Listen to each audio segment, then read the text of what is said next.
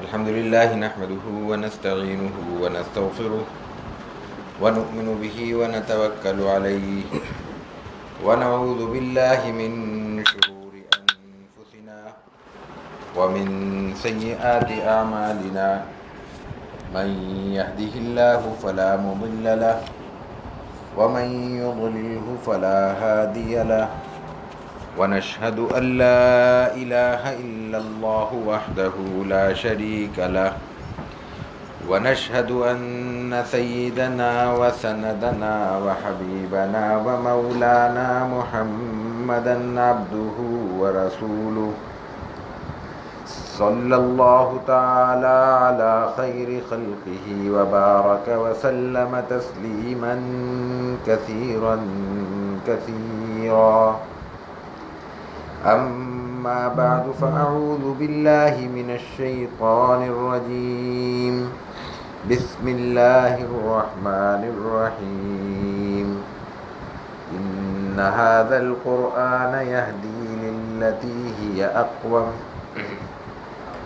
قال مسلم بن حجاج حدثنا يحيى بن يحيى قال أخبرنا أبو خيثمة عن أبي إسحاق عن البراء قال كان رجل يقرأ سورة الكهف وعنده فرس مربوط بشطنين فتغشته سحابة فجعلت تدور وتدنو وجعل فرسه ينثر منها فلما أصبح أتى النبي صلى الله عليه وسلم فذكر ذلك له فقال تلك السكينة تنزلت للقرآن.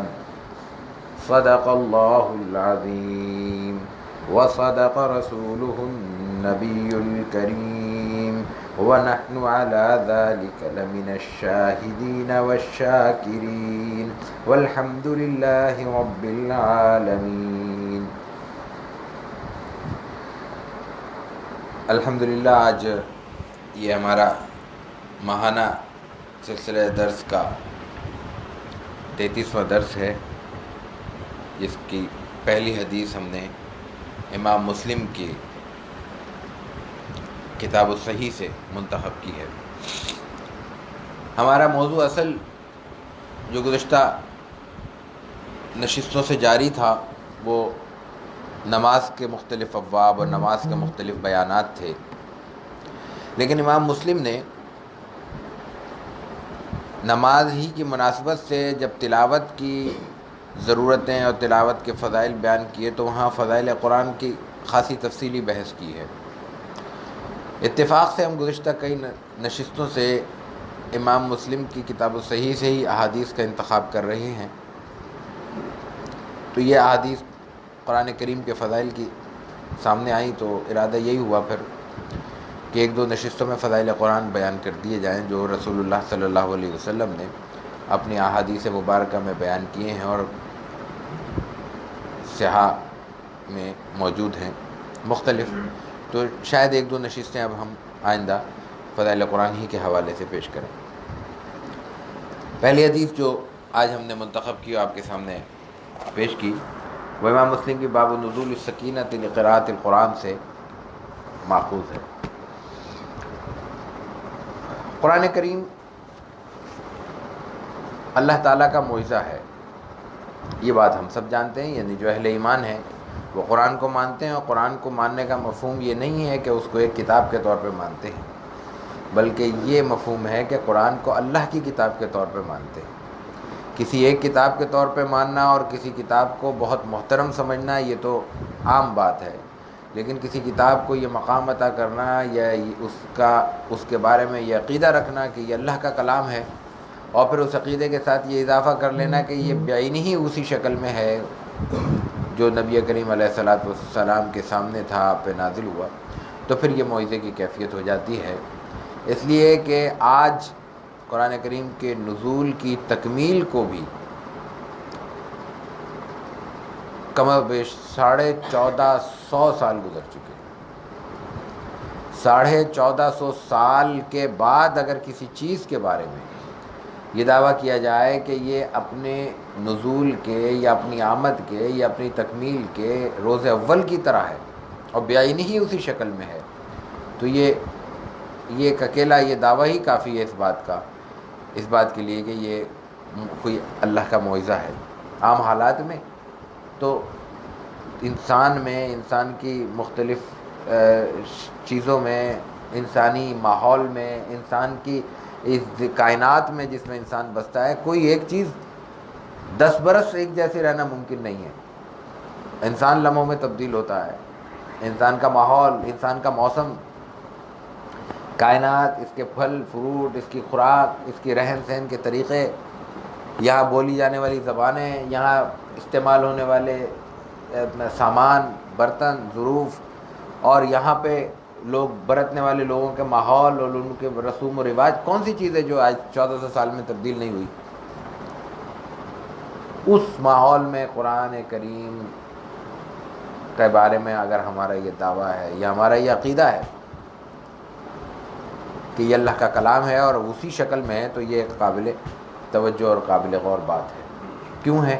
یہ اعجاز قرآن کی بحث ہے، یہ تفصیلی بحث ہے۔ ہم چونکہ یہاں صرف حدیث کے اس مفہوم تک اپنے آپ کو محدود رکھتے ہیں جو حدیث میں بیان ہوا ہے، اس لیے اس پر کبھی موقع ہوا تو تفصیل سے بات کریں گے، لیکن صرف اتنی سی بات عرض کر دیں کہ یہ جو الفاظ ہم نے آج یہاں پیش کیے، جو ابھی ہم نے مختصر سے الفاظ رسول اللہ صلی اللہ علیہ وسلم جو پیش کیے، تلک السکینۃ تنزلت للقرآن، یا آگے حدیث میں اور الفاظ نبوت آئیں گے، یہ الفاظ وہ ہیں جو اس وقت روزمرہ عربی زبان میں استعمال ہوتے تھے۔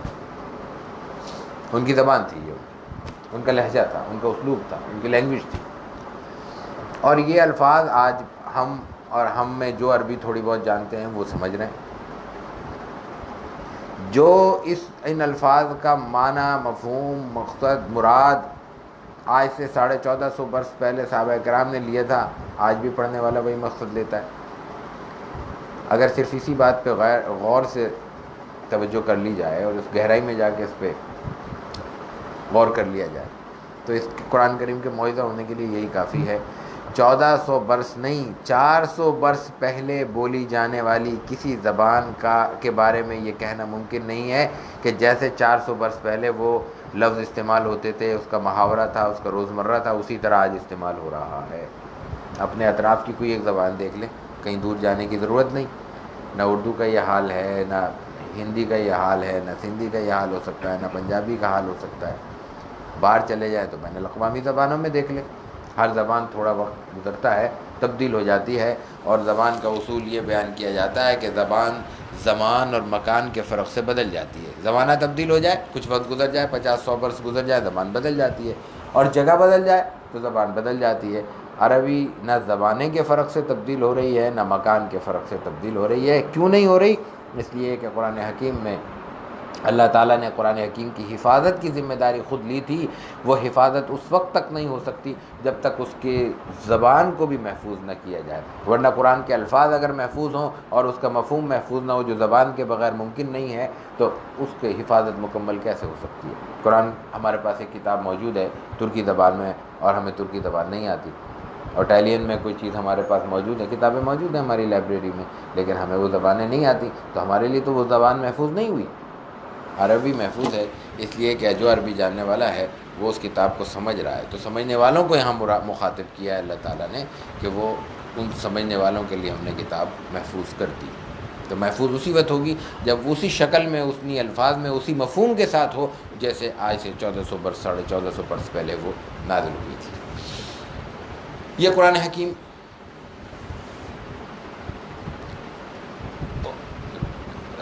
کے نزول کی ہم نے بات کی، اس کے حفاظت کی بات کی، اس کے اعجاز کی بات کی۔ قرآن حکیم کی یہاں پہ صرف فضائل کی بات ہو رہی ہے، رسول اللہ صلی اللہ علیہ وسلم نے جو بیان کی ہے۔ پہلی روایت امام مسلم کے استاد یحییٰ ابن یحییٰ ہیں، وہ کہتے ہیں کہ ہمیں ابو خیثمہ نے بیان کیا، خبر دی، اور انہوں نے ابو اسحاق سے نقل کیا، ابو اسحاق برا سے نقل کرتے ہیں، برا ابن عازب صحابی رسول ہیں۔ قال كان رجل يقرأ سورة الكهف، ایک شخص ہے وہ قرآن کریم کی سورہ کہف مشہور صورت ہے، 15ویں پارے میں نصف آخر سے شروع ہوتی ہے، 16ویں پارے کے شروع میں جا کے 3 رکوع میں ختم ہوتی ہے۔ وہ تلاوت کر رہا تھا، وعنده فرس مربوط بشطنین، اس کے پاس 2 رسیوں کے ذریعے بندھا ہوا ایک گھوڑا کھڑا ہوا تھا۔ فتغشت صحابۃ، اس تلاوت کے دوران اس کو ایک بادل کے چھوٹے سے ٹکڑے نے ڈھانپ لیا، اس کے اوپر بادل نے آ کے سایہ کر دیا۔ فجعلت تدور وتدنو، اور وہ بادل بھی ان کے اوپر گھومنے لگا، چھوٹا سا بادل، وتدنو ان کے قریب بھی ہونے لگا۔ وجعل فرسو ينفر منها، اور گھوڑا بدکنے لگا، اچھلنے لگا، بھاگنے کی کوشش کرنے لگا، بندھا ہوا ہے، بھاگ نہیں سکا۔ فلما اصبحت النبی صلی اللہ علیہ وسلم، جب صبح میں یہ صحابی رسول اللہ کے نبی صلی اللہ علیہ وسلم کی خدمت اقدس میں حاضر ہوئے، فذکر ذلک لہ، آپ کو بیان کیا کہ رات کو یہ قصہ پیش آیا تھا۔ فقال تلک السکینہ تنزلت للقرآن، فرشتوں کی صورت میں اللہ تعالیٰ نے تمہیں سکینت نازل کی تھی۔ گھوڑا اپنے جانور ہونے کی وجہ سے ان فرشتوں کو دیکھ رہا تھا، ان دیکھ کر ظاہر ہے کہ اجنبی چیز دیکھ کر، نئے ماحول کی چیز دیکھ کر وہ بدک رہا تھا۔ تمہیں وہ نظر نہیں آ رہا تھا، تمہیں صرف وہ بادل نظر آ رہا تھا جس کے ذریعے فرشتے نازل ہو رہے تھے۔ یہ ایک سورت کی تلاوت کا ذکر ہے، رسول اکرم صلی اللہ علیہ وسلم نے روایت میں اس کا ذکر فرمایا۔ اس کے بعد ہم دوسری روایت پیش کرتے ہیں، اس میں ذرا تفصیل سے یہ بات دوسرے موقع پہ بیان ہوئی ہے۔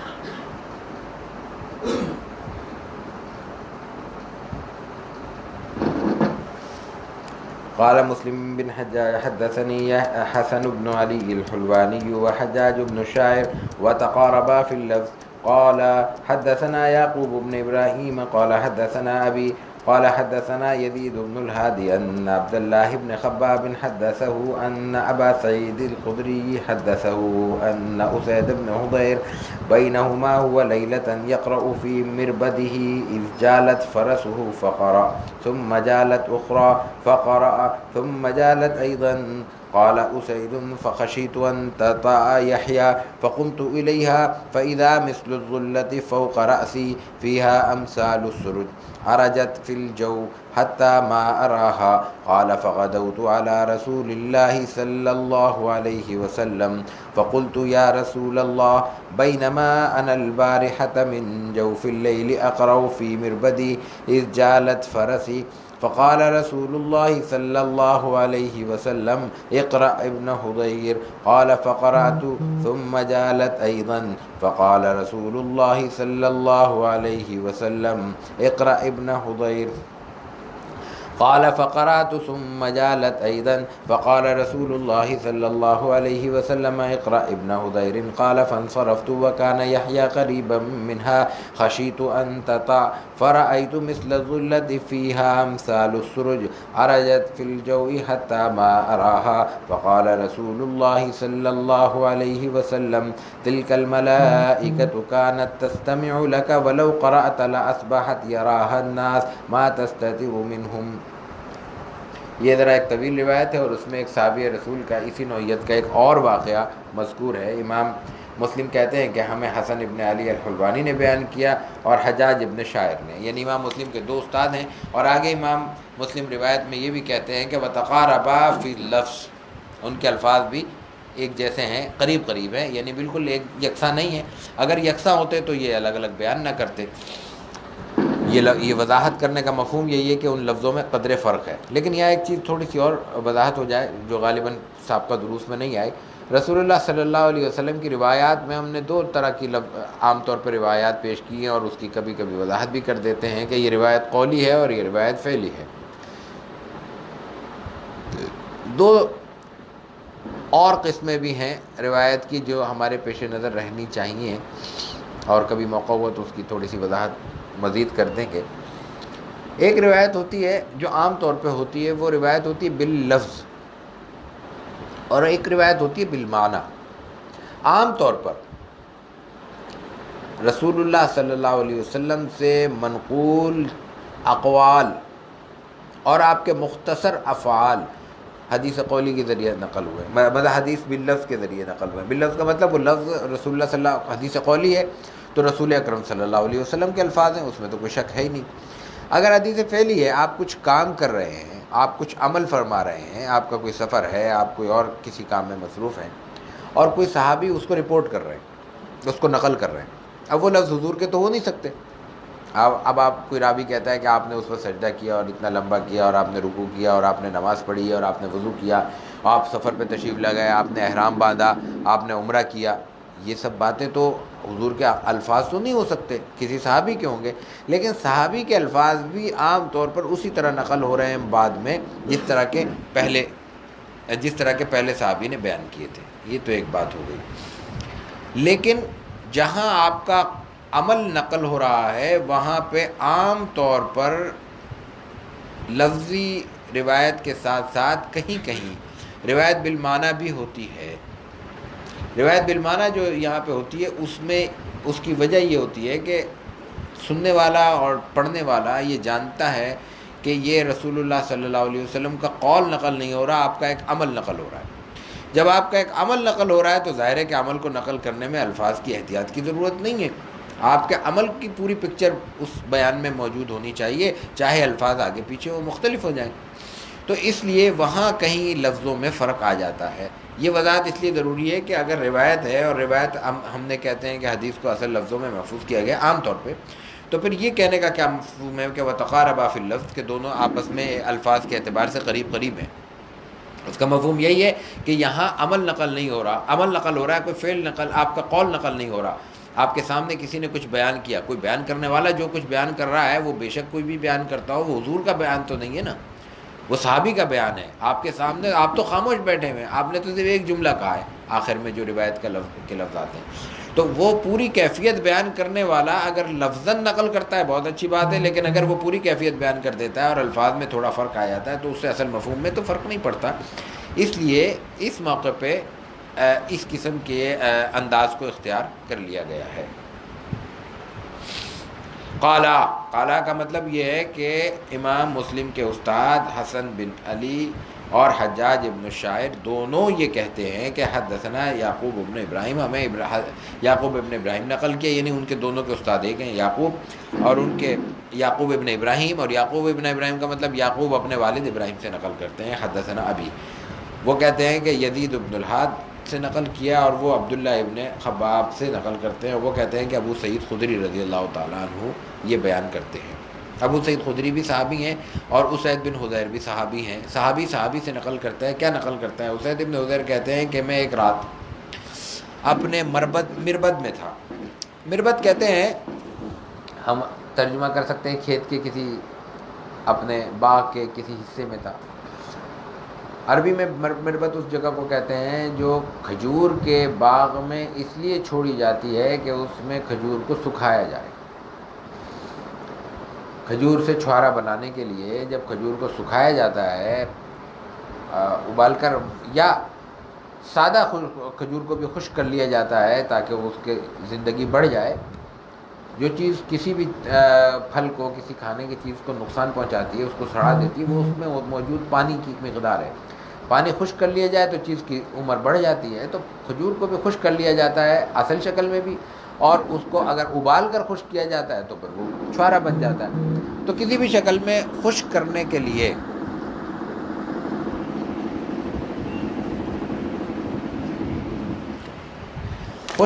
لیے جو عمل کیا جاتا ہے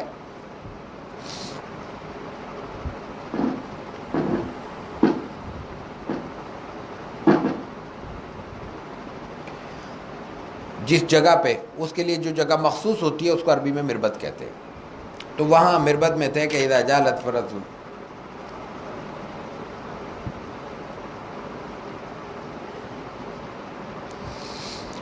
تو اس کیفیت میں گھوڑا مطلب بدکنے لگا، اچھل کود کرنے لگا.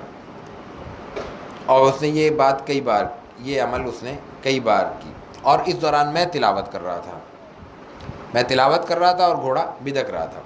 قال اسید فخشیت ان تطع یحییٰ، ان کا بیٹا یحییٰ بھی وہیں قریب میں تھا. انہوں نے کہا کہ مجھے خطرہ ہوا کہ میں تو نماز میں نیت باندھے ہوئے کھڑا ہوں، بچہ گھوڑے کے پاس ہے، گھوڑا بندھا ہوا ہے، بچہ چھوٹا ہے، کہیں گھوڑا بدکتے بدکتے بچے کو کچل نہ دے، اتنی اچھل کود کی ہے. یعنی ایک آدھ دفعہ اس نے جمپ نہیں مارا، باقاعدہ مسلسل وہ اس عمل میں لگا رہا. تو مجھے خطرہ محسوس ہوا کہ کہیں بچے کو گھوڑا اچھل کود کرتے ہوئے نقصان نہ پہنچا دے. فقمت الیہا، نماز اپنی مکمل کر کے یا جو بھی کیفیت ہوگی میں اس کے پاس گیا جا کے، ظاہر جہاں قریب میں تھا بچے کو بچانے کے لیے، تب میں نے یہ منظر دیکھا فَإِذَا مِثْلُ الظُّلَّةِ فَوْقَ رَأْسِي، ایک سائبان کی طرح کوئی چیز میرے سر پر تھی، فِيهَا أَمْثَالُ السُّرُجِ، چراغ کی مانند، یہ چراغوں کی مانند اس میں کوئی چیز چمک رہی تھی، عرجت فی الجو حتی ما رہا، جب میں وہاں قریب ہوا تو وہ ایک دم وہ آسمانوں پہ وہ اوپر کی طرف چلی گئی، اور اتنی بلندی پہ چلی گئی کہ ما رہا، میں اس کو دیکھنے سے قاصر ہو گیا، میری نظر سے اوجھل ہو گیا۔ وہ چراغ جو اس سائبان میں موجود تھے وہ جب میں قریب پہنچا تو وہ اڑتے ہوئے اوپر غائب ہو گئے، فضا میں غائب ہو گئے، فی الجو، جو فضا خلا میں۔ قال فغدوت علی رسول اللہ صلی اللہ علیہ وسلم، غدوت تو کہتے صبح میں جلدی آپ صلی اللہ علیہ وسلم کے پاس آیا اور میں نے یہ عرض کیا کہ یا رسول اللہ بینما انا البارح من جوف اللیل، گزشتہ شب میں رات کی کسی تنہائی میں اپنی مربد میں اس مقام پہ تلاوت کر رہا تھا، میرا گھوڑا بدکنے لگا، فقال رسول اللہ صلی اللہ علیہ وسلم، آپ نے فرمایا اقرأ، پڑھے جاؤ، ابن عزیر قال فقرأت ثم جلس اذا فقال رسول اللہ صلی اللہ علیہ وسلم اقرأ، آپ نے 3-4 بار یہ فرمایا۔ جب حضور کو انہوں نے کہا نا کہ میں قرات کر رہا تھا اور وہ ایسا گھوڑا بدکتا تھا، آپ نے کہا اچھا پڑھے جاؤ، مطلب یہ کہ بیان کرو یہ پورا قصہ۔ کہلے پھر یہ ہوا، پھر یہ ہوا، پھر یہ ہوا، 3 بار رسول اللہ انہوں نے کہا، اور تینوں بار رسول اللہ صلی اللہ علیہ وسلم نے فرمایا کہ پڑھے جاؤ، یعنی کوئی تشویش کی بات نہیں ہے، کوئی خطرے کی یا خوف کی بات نہیں ہے۔ قال فانصرفت، اس کے بعد میں اس سے تلاوت سے فارغ ہو کر اس سے لوٹا، وکانا یحییٰ قریبا منہا، اور یحییٰ میرے قریب اس کے گھوڑے کے قریب تھا، فخشیت ان تطأ، اس کو کہیں کو چلنا دے، اس کا مجھے خوف ہوا، فرأیت مثل الظلة فیہا امثال السروج، وہی بات پوری بیان کی دوبارہ حضور کے سامنے کہ اس میں ایسے چمکتا ہوا کوئی چراغ تھے جو پھر اوپر فضا میں غائب ہو گئے، میں اس کو دیکھ نہیں سکا، میری نظروں سے اوجھل ہو گئے۔ فقال، یہ پورا قصہ سننے کے بعد جناب رسول اللہ صلی اللہ علیہ وسلم نے یہ فرمایا، تلک الملائکہ، یہ فرشتے تھے، کانت تسمع لک تستمع لک، وہ کان لگا کے تم سے قرآن کی تلاوت سن رہے تھے۔ اب یہ تلاوت کرنے والا پر منحصر ہے نا، وہ کر کس شان سے رہا ہوگا اللہ کے رسول صلی اللہ علیہ وسلم کا صحابی کہ اس کو سننے کے لیے فرشتے آسمان سے نازل ہو گئے، اتر گئے۔ وَلَوْ قَرَأْتَ لَأَصْبَحَتْ يَرَاهُ النَّاسُ، اور اگر تم یہ تلاوت جاری رکھتے تو یہ کیفیت ہو جاتی کہ ان فرشتوں کو لوگ اپنی آنکھوں سے دیکھ لیتے، ان میں سے کوئی چیز لوگوں سے چھپی بھی نہ رہتی۔ تم نے تلاوت، ظاہر ہے کہ ان کے لیے بھی نئی چیز تھی، پھر بچے کا معاملہ تھا، تم نے تلاوت ختم کر دی، اگر یہ تلاوت جاری رکھتے تو یہ کیفیت اتنی طویل ہو جاتی کہ لوگ اپنی آنکھوں سے دیکھ لیتے جو بات میں زبان سے کہہ رہا ہوں۔ میں نے تو زبان سے کہا نا کہ فرشتے تھے، لوگ آنکھوں سے دیکھ لیتے، کہنے کی ضرورت نہ پڑتی، اور لوگوں کے سامنے کوئی چیز پوشیدہ نہ رہتی، ہر آدمی اس کو دیکھ کر پہچان لیتا کہ یہ فرشتے ہیں جو قرآن کی تلاوت کی برکت سے آسمان دنیا پہ نازل ہوئے ہیں، اور انسان اپنی آنکھوں سے ان کو دیکھ رہا ہے اور پہچان رہا ہے۔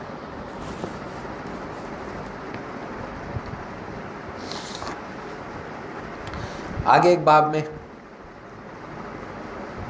رسول اللہ صلی اللہ علیہ وسلم نے تلاوت کی مختلف کیفیتیں بیان کی ہیں ایمان کے اعتبار سے، یہ ہم پیش کرتے ہیں۔ قال مسلم بن حجاج حدثنا قتيبة بن سعيد وابو كامل الجحدري كلاهما عن ابي عوانة قال قتيبة حدثنا ابو عوانة عن قتادة عن انس عن ابي موسى الاشعري رضي الله تعالى عنهم قال قال رسول الله صلى الله عليه وسلم مثل المؤمن الذي يقرأ القرآن مثل الأترجة ريحها طيب وطعمها طيب ومثل المؤمن الذي لا يقرأ القرآن مثل التمرة لا ريح لها وطعمها حلو ومثل المنافق الذي يقرأ القرآن مثل الريحانة ريحها طيب وطعمها مر ومثل المنافق الذي لا يقرأ القرآن كمثل الحنظلة ليس لها ريح وطعمها مر۔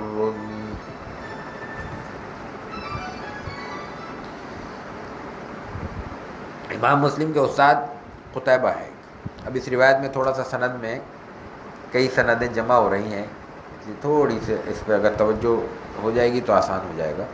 قتیبہ ابن سعید اور ابو کامل جوہدری یہ دو استاد ہیں امام مسلم کے، دونوں ابو عوانہ سے نقل کرتے ہیں، یعنی امام مسلم کے استاد، یہ ایک روایت دو استادوں سے آ رہی ہے تو دو روایتیں ہو گئی، لیکن آگے جا کے استاد کے استاد ایک ہیں، ابو عوانہ۔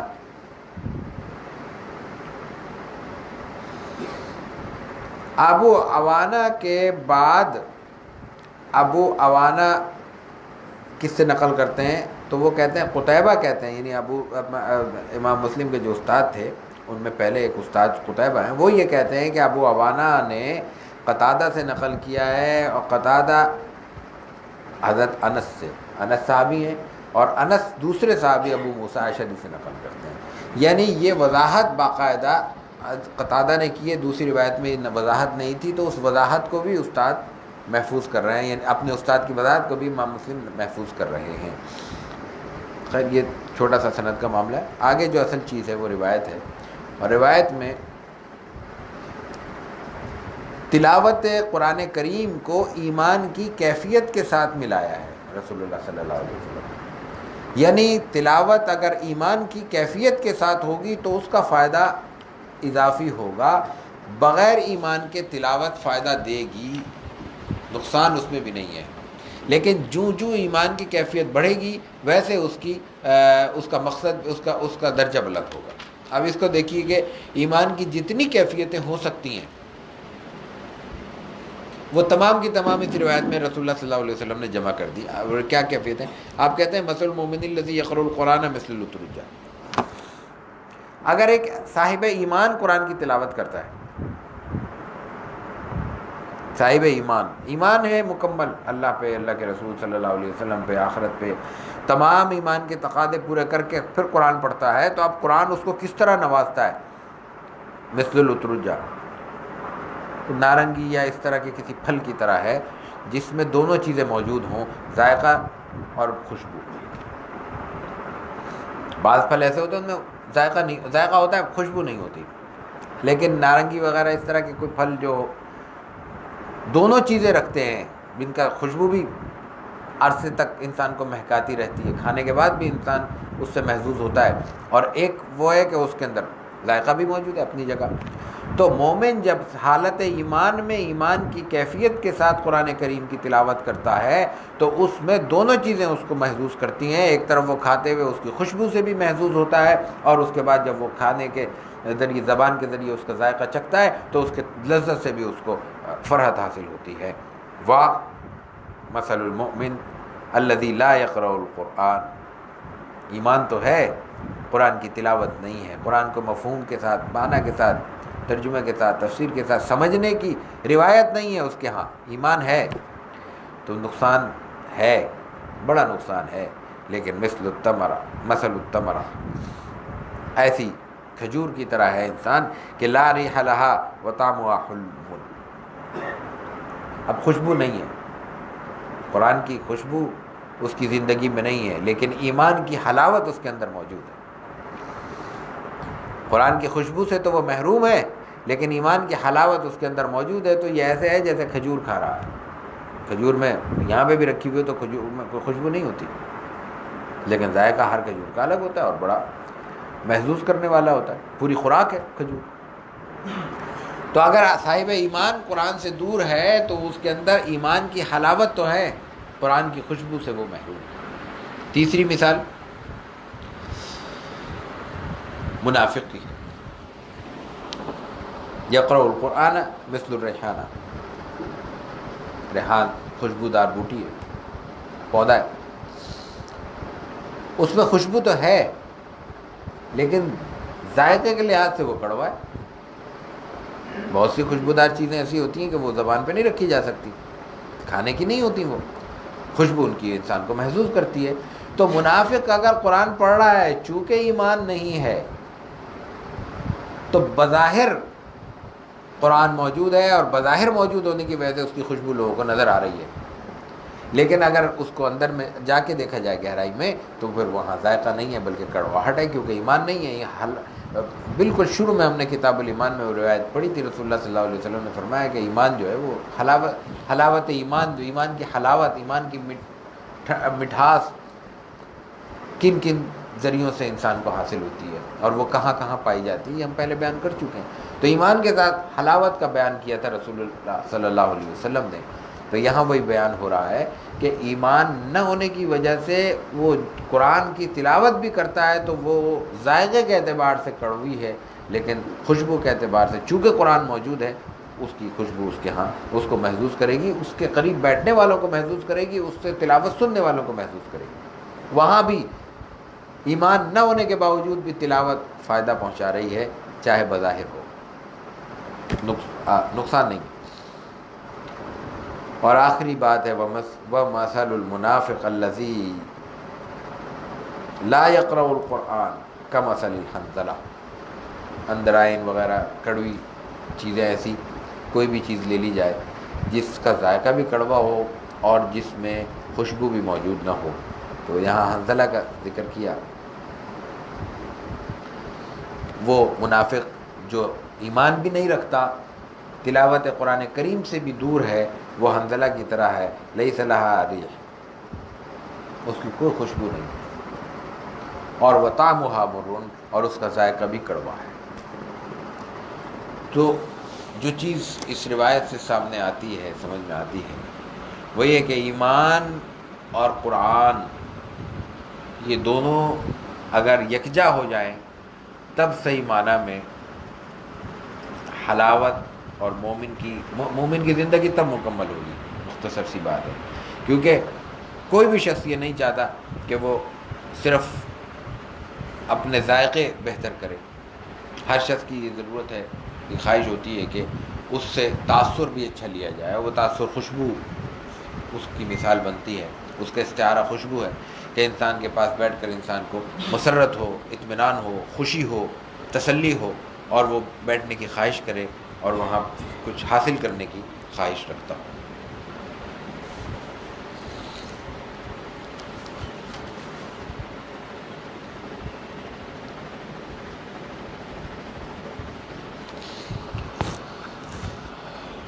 آج کے اس درس کی ہم چوتھی حدیث پیش کرتے ہیں۔ قال مسلم بن حجاج حدثنا قتيبة بن سعيد ومحمد بن عبيد الغبري جميعا عن أبي عوانة قال ابن عبيد حدثنا أبو عوانة عن قتادة عن زرارة بن أوفى عن سعد بن هشام عن عائشة رضي الله تعالى عنها قالت قال رسول الله صلى الله عليه وسلم الماهر بالقرآن مع السفرة الكرام البررة والذي يقرأ القرآن ويتتعتع فيه وهو عليه شاق له أجران۔ امام مسلم کے استاد ہیں قتیبہ ابن سعید اور محمد ابن عبید الغبری، دو استاد ہیں۔ یہ دونوں استاد ابو عوانہ نے سے نقل کرتے ہیں، اور ابو عوانہ کہتے ہیں کہ ابن عبید نے ہمیں یہ بیان کیا۔ کیا بیان کیا؟ وہ قتادہ سے نقل کرتے ہیں، قتادہ زرارہ ابن اوفا سے نقل کرتے ہیں، زرارہ ابن اوفا کے استاد سعد ابن ہشام ہیں، اور وہ حضرت عائشہ الصدیقہ رضی اللہ تعالی عنہا سے نقل کرتے ہیں۔ حضرت عائشہ رضی اللہ تعالی عنہ فرماتی ہیں قال رسول اللہ صلی اللہ علیہ وسلم، یعنی یہ رسول اکرم صلی اللہ علیہ وسلم کا قول مبارک ہے۔ آپ نے جیسے پہلی روایت بھی قولی تھی، قرآن کے پڑھنے کے حوالے سے دو مختلف افراد کا بیان کیا ہے۔ الماہر بالقرآن مع السفرۃ الکرام البررہ، قرآن پڑھنے والا جو ماہر ہے، ماہر قرآن پڑھنے والا۔ اب ماہر کیا ہو سکتا ہے؟ اس کی ظاہر کی تفصیل ہو سکتی ہے، لیکن پڑھنے والا یہ تو ہر آدمی جانتا ہے کہ کون پڑھنے والا ہے، کون نہیں پڑھنے والا، کون پڑھ سکتا ہے قرآن، کون نہیں پڑھ سکتا، اس میں تو کوئی کسی کے سمجھنے کی ضرورت نہیں ہے، ہر آدمی سمجھ سکتا ہے۔ الماہر بالقرآن مع السفرۃ الکرام البررہ، بزرگ لکھنے والے، کتابت کرنے والے، تحریر کرنے والے بزرگ فرشتوں کے ساتھ ہوگا۔ چونکہ قرآن کریم، اس کی یہاں سفر سے مراد کیا ہے، مختلف تفسیر بیان کی ہے، لیکن ذوق کی بات ہے کہ چونکہ یہاں قرآن کا بیان ہو رہا ہے، قرآن کی تلاوت کا بیان ہو رہا ہے، تو مراد یہاں سے زیادہ بہتر یہی محسوس ہوتا ہے یا ذہن زیادہ اسی طرف جاتا ہے کہ اس سے مراد وہ فرشتے ہیں جو قرآن کریم کی تحریر کے لیے مامور ہیں، جو قرآن کی کتابت کے لیے مامور ہیں، کیونکہ یہاں کتابت کا ذکر خود سفرہ کہہ کر کیا ہے۔ تو مراد ان سے ممکن ہے وہ فرشتے ہیں جو قرآن حکیم کی کتابت کرتے ہیں یا جنہوں نے کتابت کی ہے لوح محفوظ میں۔ لیکن اگر بالفرض کچھ اور بھی مراد ہو تو فرشتے تو مراد ہیں ان سے۔ کرام البررہ کو قرآن میں آیا ہے، وہ فرشتوں کے لیے آیا ہے، بزرگ فرشتے جو مختلف ذمہ داریاں نبھاتے ہیں، وہ سارے بزرگ فرشتے ہیں۔ تو اگر کوئی قرآن مہارت سے پڑھنے والا ہے تو اس کا تعلق اور حشر میں اس کا مقام ان بزرگ فرشتوں کے ساتھ ہوگا۔ یہ مختصر سی بات ہے، یہ ایک قسم ہے جو الماہر بالقرآن، قرآن کے ماہر۔ اس کے برعکس اگر کوئی ماہر نہیں ہے، پڑھنا چاہتا ہے، نہ پڑھنے کی یا نہ پڑھنا چاہنے والوں کی بات نہیں ہو رہی، قرآن پڑھنا چاہتا ہے، پڑھ نہیں سکتا یا پڑھ نہیں پاتا یا ابھی پڑھنے کی پوزیشن میں نہیں آیا، محنت کرے گا، مشقت کرے گا، ریاضت کرے گا، مشق کرے گا، پڑھ لے گا، ابھی اس مقام تک نہیں پہنچا۔ ان کا ذکر کیا ہے؟ والذی یقرأ القرآن ویتتعتع فیہ، پڑھتا ہے، پڑھ نہیں سکتا، زبان اٹکتی ہے، حافظہ اٹکتا ہے، مشق نہیں ہے، یا یہ کہ جو ابتدائی عہد ہوتا ہے، زمانہ وقت ہوتا ہے زندگی کا، جب قرآن پڑھ لیا جائے تو آسانی سے پڑھ لیا جاتا ہے، وہ اس وقت نہیں پڑھ سکے، اب زبان موٹی ہو گئی، حافظہ ساتھ نہیں دے رہا، یا یہ کہ دنیا کے مشاغل ہیں، پڑھ نہیں پاتے، اب تھوڑا وقت لگتا ہے، اب پڑھتے ہیں تو اب اس طرح نہیں پڑھ سکتے جیسے بچے پڑھ رہے ہیں۔ بچہ جیسے پک کرنے کی صلاحیت رکھتا ہے، زیادہ عمر میں جا کے وہ صلاحیت کمزور ہو جاتی ہے۔ بچہ جس طرح اپنی زبان کو موڑ لیتا ہے، ویسے بڑی عمر میں جا کے اس طرح موڑنا مشکل ہوتا ہے، خاص طور سے عربی زبان سے دور رہنے والی زبانیں، جن میں عربی کے الفاظ کے برعکس دوسرے انداز کے الفاظ اور دوسرے صوتیات ہیں، لفظیات ہیں جو عربی سے مشکل ہیں، یہ مختلف ہیں، ان کے لیے پھر زبان کو موڑنا مشکل ہوتا ہے۔ اب وہ اس کے باوجود کہ وہ قرآن نہیں پڑھ پا رہا، یا زبان کی بات نہیں، زبان پہ صحیح ہے، ادائیگی صحیح ہے اس کی، پڑھ بھی لیتا ہے، یاد نہیں ہوتا، یاد کرتا ہے تو بھول جاتا ہے۔ دونوں کیفیتیں اس میں شامل ہیں کہ وہ دونوں صورتوں میں کوئی ایک صورت ہے یا دونوں صورتیں ہیں، لیکن وہ پڑھنا چھوڑتا نہیں ہے۔ اچھا، تیسری صورت بھی ہو سکتی ہے، سب کچھ ہے، زبان پہ الفاظ بھی چڑھ رہا ہے، حافظہ بھی تیز ہے، زبان میں لکنت ہے، قدرتی ہے، بولتے ہوئے لڑکھڑا جاتی ہے زبان، لکنت ہے، پھر بھی پڑھتا ہے۔ اب یہ کون ہے؟ یہ اس کا مقام کیا ہے؟ اللہ کے رسول صلی اللہ وہ علیہ شاق قرآن پڑھتا ہے، لیکن اس کے لیے یہ مشکل مرحلہ ہے، مشقت کی بات ہے، اس کو تکلیف ہوتی ہے، پڑھ نہیں پاتا پوری کوشش کے باوجود۔ لہو اجران، یہ قرآن اللہ کا دربار ہے، اس کو دنیا کے درباروں پہ قیاس نہیں کیا جا سکتا، کہ جہاں پہ صرف صلاحیت ہی کی بات ہوتی ہے، جہاں صرف چلنے والے کو ہی چلنا برداشت کیا جاتا ہے اور چلن اس کا ہی باقی رہتا ہے۔ کوئی بھی کسی وجہ سے اناڑی ہے تو اس کا ذوق نہیں دیکھا جاتا، اس کا جذبہ نہیں دیکھا جاتا، اس کی خواہش نہیں دیکھی جاتی، اس کی محنت نہیں دیکھی جاتی، صرف صلاحیت دیکھی جاتی ہے۔ صلاحیت ہے تو قدر ہے، کسی میں جذبہ بہت اچھا ہے، اخلاص بہت ہے، بلندی ہے اس کی، لیکن وہ کام میں نہیں چل پا رہا تو اس کو کوئی نہیں چلائے گا، کوئی بھی نہیں چلائے گا، میں بھی نہیں چلاؤں گا، آپ بھی نہیں چلائیں گے، ہمیں کام لینا ہے۔ لیکن یہ اللہ کا دربار ہے، یہ کام نہیں دیکھا جا رہا، نہیں پڑھا جا رہا، کوئی بات نہیں، پڑھنے والوں سے زیادہ اجر دیا جا رہا ہے نہ پڑھنے والوں کو جو نہ پڑھ پا رہے ہوں۔ کیوں؟ اس لیے کہ وہ اس سے زیادہ مشقت تو کر رہا ہے۔ پڑھنے والا تو چونکہ ردھم میں ہے وہ پڑھ لے گا، اس کے لیے پاؤ پڑھنا، پارا پڑھنا، 2 پارے پڑھنا، کوئی کسی حافظ کے لیے آپ کہیں گے بھائی پارا پڑھ دو، وہ لاوالی پن کرے، دوسرے دلچسپیوں میں توجہ نہ دے، الگ بات ہے، پڑھنے بیٹھے گا 20 منٹ میں پارا ختم۔ اب 20 منٹ کیا چیز ہے؟ بیٹھتے اٹھتے گزر جاتے ہیں، پتہ بھی نہیں چلتا، وہ اس نے پڑھ لیا، پتہ ہی نہیں چلا، نہ پڑھنے والے کو، نہ سننے والے کو، نہ پڑھوانے والوں کو۔ لیکن یہاں پڑھنے والا بھی نہیں پڑھ پا رہا، دیکھنے والا بھی الجھن میں ہے، سننے والا بھی تکلیف محسوس کر رہا ہے، تو اس ساری کیفیت کو اللہ کے اجر کا باعث قرار دیا جا رہا ہے۔ لہو اجران، پڑھنے والوں کا اجر کم نہیں کیا، ماہرین قرآن کا اجر کم نہیں کیا. ان کو کہہ دیا کہ وہ مع السفرۃ الکرام البررہ، پڑھنے والے لکھنے والے بزرگ فرشتوں کے ساتھ ہوں گے وہ. لیکن ان کو کہا لہو اجران، وہ جو بھی ہو جتنی بلندی اختیار کر لیں ان کو ان سے دگنا اجر ملے گا. کیوں؟ ایک تو پڑھنے کا، پڑھنے میں تو یہ اور وہ برابر ہو گئے. وہ پڑھتے چلے گئے، اٹکے نہیں، رکے نہیں، تھمے نہیں. یہ رک رہے ہیں، اٹک رہے ہیں، تھم رہے ہیں، پھر جا رہے ہیں، پھر رک رہے ہیں، پھر چل رہے ہیں، پھر رک رہے ہیں. اس کے اجر کا کون مقابلہ کر سکتا ہے کہ ساری مشکلات کے باوجود انہوں نے راستہ نہیں چھوڑا، ساری مشکلات کے باوجود انہوں نے منزل کی طرف اپنے لپکنے کے، اپنے اٹھتے ہوئے قدم کی رفتار کم نہیں کی، کوشش کرتے رہے. اور پھر جو کوشش کرتا ہے وہ پا بھی لیتا ہے، اس کے راستے کی رکاوٹیں بھی دور ہو جاتی ہیں. اور کوئی بہت بڑی بات نہیں ہے، کوئی لمبے چوڑا فلسفہ بھی نہیں ہے، روزمرہ دیکھنے کی چیزیں ہیں. کتنے بچے ہیں جو پڑھائی میں کمزور تھے، زبان کا معاملہ بھی تھا، دماغ کا معاملہ بھی تھا. اور پھر ہماری بدقسمتی یہ ہے کہ ہماری بھی کوشش یہی ہوتی ہے جو کچھ نہیں پڑھ سکتا کم از کم قرآن تو پڑھ لے. اس کو قرآن میں ڈال دیا اور اس نے حفظ کر لیا، اور حفظ کرنے کے بعد وہ پھر ہر راستے میں چل پڑا جس طرف اس کو لے کے گئے وہ راستہ اللہ تعالیٰ نے قرآن کی برکت سے آسان کر دیا.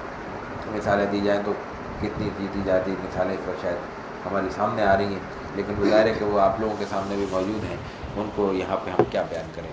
تو یہ ہے بنیادی چیز کہ جو مشقت کر کے، محنت کر کے اللہ کے اس راستے کو پہ گامزن ہوتا ہے، اس اللہ کی اس رسی کو تھامنے کی کوشش کرتا ہے، رسول اللہ صلی اللہ علیہ وسلم کی زبان مبارک سے اس کے لیے بشارت ہے لہو اجران، اس کے لیے دوہرا اجر ہے.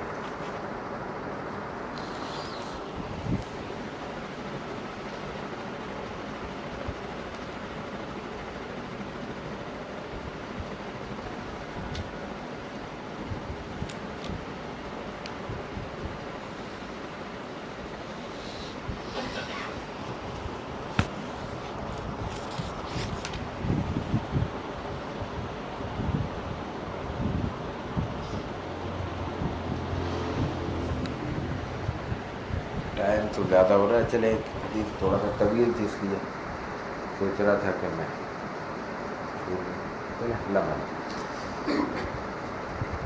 قال مسلم بن حجاج حدثنا ابو بکر بن ابی شیبہ قال حدثنا الفضل بن دکین عن موسى بن علی قال سمعت ابی يحدث عن عقبة بن عامر قال خرج رسول الله صلى الله عليه وسلم ونحن في الصفة فقال أيكم يحب أن يغدو كل يوم إلى بطحان أو إلى العقيق فيأتي منه بناقتين كوماوين في غير إثم ولا قطع رحم فقلنا يا رسول الله نحب ذلك قال أفلا يغدو أحدكم إلى المسجد فيعلم أو يقرأ آيتين من كتاب الله عز وجل خير له من ناقتين وثلاث خير له من ثلاث وأربع خير له من أربع ومن أعدادهن من الإبل.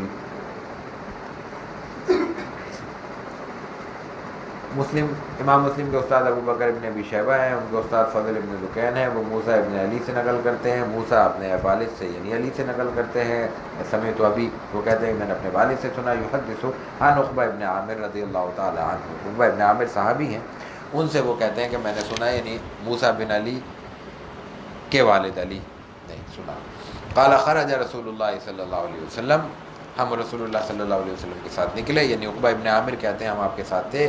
ونحن فی الصفہ، صفہ میں پہنچ گئے. صفہ آپ جانتے ہیں مسجد نبوی میں ایک ایسی جگہ، ایک ایسا چبوترا، ایک ایسا مقام جہاں پہ کچھ ایسے حضرات صحابہ مقیم رہتے تھے جن کا کوئی ذریعہ آمدن نہیں تھا، اور وہاں ان کے قیام کی وجہ صرف اور صرف رسول اللہ صلی اللہ علیہ وسلم سے سیکھنا اور دیگر مزید جو سینئر اور بڑے کبار صحابہ تھے ان سے کچھ جاننا اور پڑھنا. صرف حضور نہیں پڑھاتے تھے، دوسرے صحابہ بھی ان کو وقت دیتے تھے اور وہ وہاں پڑھے رہتے تھے. ان کا کوئی آمدنی کا سلسلہ نہیں تھا، کوئی کھلا دیتا تھا، کھا لیتے تھے، ورنہ فاقہ ہوتا تھا، جس کی تفصیلات دوسری روایات میں موجود ہیں اور کہیں نہ کہیں انشاءاللہ درمیان میں بیان بھی ہوں گی. اب وہاں پہنچ کے رسول اللہ صلی اللہ علیہ وسلم، اب یہ تعلیم شروع ہو گئی، بس یہ تعلیم ہے اور یہ موٹیویشن ہے جو آپ بیان کر رہے ہیں. کیا کہتے ہیں کہ ایکم یحب، اب آپ دیکھیے دلچسپ چیز اس روایت کی، موٹیویشن کا میں نے لفظ استعمال کیا، لوگوں کو ابھارا جا رہا ہے، ان میں ترغیب پیدا کی جا رہی ہے، ذوق پیدا کیے جا رہا ہے، شوق دلایا جا رہا ہے. لیکن شوق کیسے دلایا جا رہا ہے؟ ان کی سطح پہ جا کے، ان کی نفسیات، ان کے ماحول سے، ان کی ضرورت سے شوق پیدا کیا جا رہا ہے. میں نے عرض کیا وہ صحابہ صفہ ہے. صفہ کے بارے میں یہاں موجود ہر شخص جانتا ہے کہ وہ ان کا ذریعہ آمدن نہیں تھا، اور وہ کمزور، مالی اعتبار سے کمزور ترین لوگ تھے. کمزوری کا لفظ بھی میرا خیال ہے ہلکا ہے، اس لیے کہ کمزور تو وہ ہوتا ہے نا جس کے پاس کچھ ہو. وہاں تو کچھ بھی نہیں تھا، کسی نے دے دیا تو تن ڈھانپ لیا. ایک چادر ہے تو ایک چادر پہ گزارا کر رہا ہے. زندگی کی متاع ایک چادر ہے، کسی کو مل گئی تو دو مل گئی. کئی دن فاقے کے بعد کہیں مل رہا ہے، روایت میں آتا ہے تو کھجور مل رہی ہے، کہیں آتا ہے تو صرف دودھ کا پیالہ مل رہا ہے. تو یہاں کمزور کا لفظ بھی چھوٹا محسوس ہوتا ہے. اس کیفیت میں انسان کی فطری دلچسپی کس طرف ہوگی؟ جو پڑھنا پڑھانا ہے، رسول اللہ صلی اللہ علیہ وسلم کی ذات سے محبت ہے، اسلام کے لیے قربانی کا جذبہ ہے، وہ تو اپنی جگہ، لیکن فطری اس کے اندر طلب کیا ہوگی؟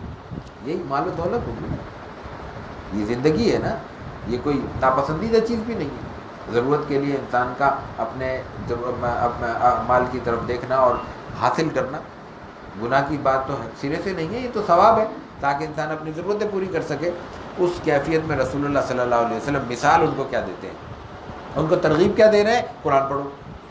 ظاہر ہے کہ اس وقت کا نصاب، لازمی نصاب یہی ہے، قرآن ہی پڑھنے کے لیے بیٹھے ہوئے وہ. اس کیفیت میں ان کو ترغیب کیا دے رہے ہیں؟ آپ کہاں سے لا رہے ہیں؟ یہ نہیں ڈائریکٹ کہہ رہے قرآن پڑھو تمہیں ثواب ملے گا، جنت میں تمہارے باغات بنیں گے. یہ جنت کی بات کرنا ان کے لیے سمجھنے کے اعتبار سے ان کے لیے اس درجے کا نہیں تھا جس درجے کی مثال آپ صلی اللہ علیہ وسلم نے ان کو دی. کوئی پیٹ بھرے شخص کو جنت کی بات کہی جائے گی نا، جس کا پیٹ خالی ہوگا تو اس کو تو پیٹ کی بات دلائی جائے گی. یار آپ نے کیا یاد دلایا؟ آپ نے کہا کہ ایکم یحب ان یغدو کل یوم الی بطحان او الی لقیق. مدینہ منورہ میں 2 مارکیٹیں لگتی تھی، 2 جگہ تھی، عقیق وادی بطحان. آپ نے کہا کہ تم میں سے کوئی شخص یہ چاہتا ہے کہ وہ صبح یغدو، پہلے بھی آیا غدوتو، اس کا مفہوم ہوتا ہے صبح، اعلی صبح، کوئی کسی مارکیٹ میں جائے، 2 مارکیٹوں میں جائے اور 2 بڑے اونچے کوہان والے اونٹ لے کر آئے. اونٹ کیا ہے؟ دولت ہے نا. عربوں کا تو سکہ ہے، وہاں پہ تو کرنسی کم چلتی تھی، بارٹر کے ذریعے، چیزوں کے تبادلے کے ذریعے وہ اپنی زندگی زیادہ چلاتے تھے، ضرورتیں زیادہ پوری کرتے تھے. کھجور لے کے گندم دے دی، گندم لے کے جو لے لیے، جانور کے بدلے میں کھجور لے لی، یہ معاملہ ان کے ہاں زیادہ ہوتا تھا. اس کیفیت میں اونٹ عربوں کا آج بھی قیمتی اور پسندیدہ ترین چیز ہے، اور اس وقت تو سرخ اونٹ اور اونچے کوہان والے اونٹ تو وہ سب سے زیادہ پسندیدہ سمجھے جاتے تھے. اس کیفیت میں رسول اللہ صلی اللہ علیہ وسلم کہتے ہیں کہ تم میں کس کو یہ بات پسند ہے کہ یہ جو 2 مارکیٹیں ہیں، بڑی مارکیٹیں ہیں، ان مارکیٹوں میں جائے اور یہاں سے ایک اونٹ لے کے آئے، یعنی روزانہ صبح 2 اونٹ آدمی لے آئے. جس کے پاس کھانے کو کچھ نہیں ہے، تن ڈھانپنے کو کچھ نہیں ہے، اس کو کہا جائے کہ کون ہے جو روز 2 اونٹ لے آئے، اور آگے یہ کہا کہ اونٹ بھی کیسے؟ چھینا جھپٹی کر کے نہیں، زبردستی نہیں. آپ نے الفاظ فرمایا فی غیر اسم ولا قطع رحم، بغیر گناہ کے اور بغیر قطع رحمی کیے. قطع رحمی کیے کہ مطلب ظلم، زیادتی، جبر، دھوکہ، فراڈ، کوئی بھی غلط کام کیے بغیر 2 اونٹ صبح ہاتھ آ جائیں، جس کے پاس پیسہ نہیں ہے، ٹکا نہیں ہے، کھانے کو نہیں ہے، تن ڈھانپنے کو نہیں ہے، اس کو 2 اونٹ کا لالچ مل رہا ہے صبح. کون کہے گا مجھے پسند نہیں ہے؟ سب نے کہا کہ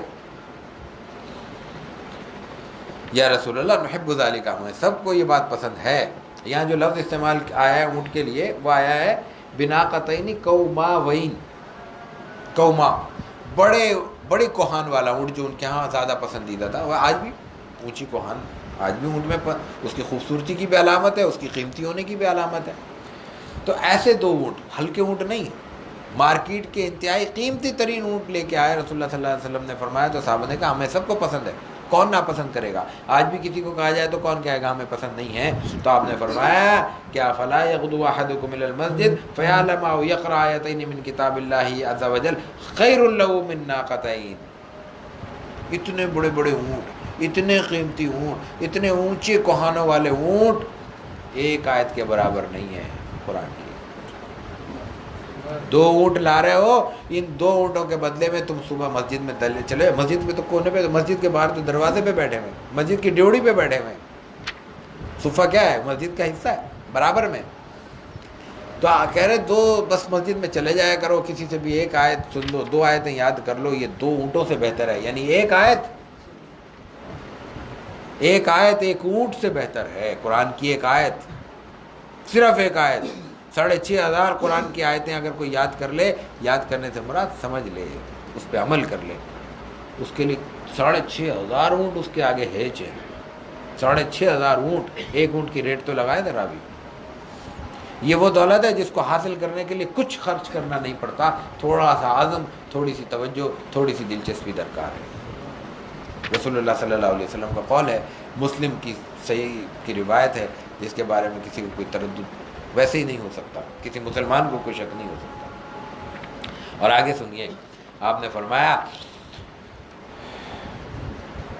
وَثَلَاثٌ خَيْرٌ لَهُ مِنْ ثَلَاثٍ، 2 اونٹ، 2 آیتیں 2 اونٹ سے بہتر ہیں، 3 آیتیں 3 اونٹوں سے بہتر ہیں. وَأَرْبَعٌ خَيْرٌ لَهُ مِنْ أَرْبَعٍ، اور 4 آیتیں 4 اونٹوں سے بہتر ہیں. وَمِنْ أَعْدَادِهِنَّ مِنَ الْإِبِلِ،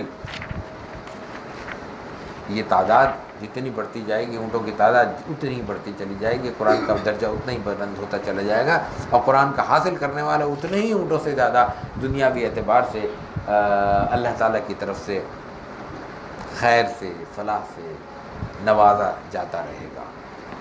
یہ قرآن کریم کا مقام اور مرتبہ ہے جو نبی کریم علیہ الصلاۃ والتسلیم کے ان الفاظ میں بیان ہوا، ان مثالوں کے ذریعے بیان ہوا.